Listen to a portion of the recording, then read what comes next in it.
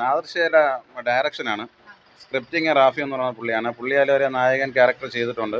തീരെ മോശമാണ്. മലയാളം ഇൻഡസ്ട്രിയിൽ ഈ നാദിർഷയുടെ ഒരു ഡയറക്ഷൻ ഇങ്ങനെ ഒരിക്കലും പ്രതീക്ഷിച്ചിട്ടില്ല. കാര്യം നമ്മൾ ഒരുപാട് കോമഡി, നല്ലൊരു സെൻറ്റിമെൻറ്റ്സ് സീന് അങ്ങനെയുള്ള സംഭവങ്ങളായിട്ട് വന്നതാണ്. പിന്നെ അർജുൻ അശോകൻ്റെ കരിയറിൽ ലോക തോൽവിയായിട്ടുള്ള ക്യാരക്ടറാണ് കൊടുത്തിരിക്കുന്നത്. പക്ഷേ പോലീസ് വേഷം ഗെറ്റപ്പായിരുന്നു. പക്ഷേ പുള്ളി ഇത്രയും ഹൈപ്പായിട്ട് കയറി വന്നിട്ട് പുള്ളിക്ക് ഇതിൽ അഭിനയിക്കേണ്ട ഒരു ആവശ്യമില്ലായിരുന്നു. ഒരു സിനിമ എന്ന് പറയുന്നത് കഷ്ടപ്പാടാണ് കൊണ്ടുവരുന്നത്. പക്ഷേ അത് നമ്മുടെ പ്രേക്ഷകരെ കയറ്റി ഇരുത്തേണ്ട കാര്യം ഒരു ഡയറക്ടറിനും ഒരു സ്ക്രിപ്റ്റ് റൈറ്ററിനും ഒക്കെയാണ്. പിന്നെ ബാക്കിയുള്ളവരൊക്കെ അത്യാവശ്യം ചെയ്തിട്ടുണ്ട്. പിന്നെ വെറും മോശമാണ്. നമ്മളെ കൂടുതൽ കുറ്റം പറയുന്നില്ല. മലയാളം സിനിമയാണ്, കുറ്റം പറയുന്നില്ല. പടം കൊള്ളത്തില്ല. കൊള്ളത്തില്ല.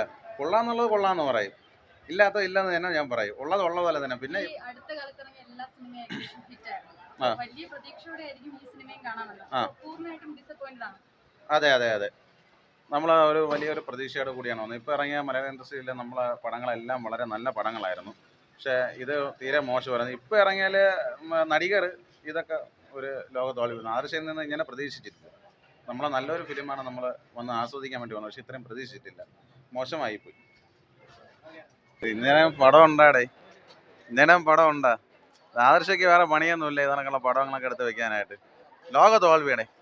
ലോക തോൽവി എന്ന് വെച്ചാൽ ലോക തോൽവി, സത്യമായിട്ട് ലോക തോൽവി.